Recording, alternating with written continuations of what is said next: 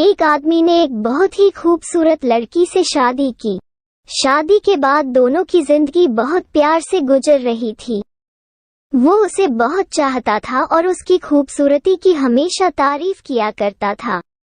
लेकिन कुछ महीनों के बाद लड़की चर्म रोग स्किन डिजीज से ग्रसित हो गई और धीरे धीरे उसकी खूबसूरती जाने लगी।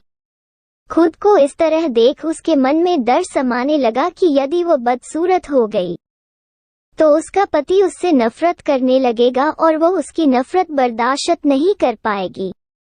इस बीच एक दिन पति को किसी काम से शहर से बाहर जाना पड़ा।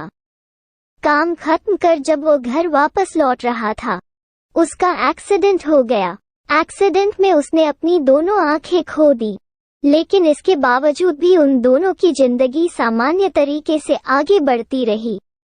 समय गुजरता रहा और अपने चर्म रोग के कारण लड़की ने अपनी खूबसूरती पूरी तरह गंवा दी। वो बदसूरत हो गई, लेकिन अंधे पति को इस बारे में कुछ भी पता नहीं था, इसलिए इसका उनके खुशहाल विवाहित जीवन पर कोई प्रभाव नहीं पड़ा। वो उसे उसी तरह प्यार करता रहा। एक दिन उस लड़की की मौत हो गई। पति अब अकेला हो गया था। वो बहुत दुखी था। वो उस शहर को छोड़कर जाना चाहता था। उसने अंतिम संस्कार की सारी क्रियाविधि पूर्ण की और शहर छोड़कर जाने लगा।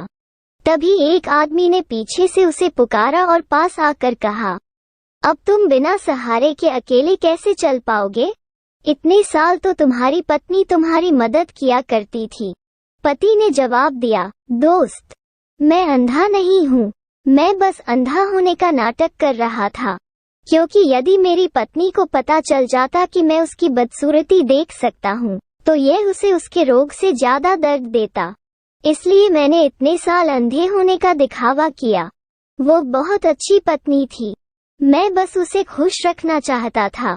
सीख: खुश रहने के लिए हमें भी एक दूसरे की कमियों के प्रति आंखें बंद कर लेनी चाहिए और उन कमियों को नजरअंदाज कर देना चाहिए।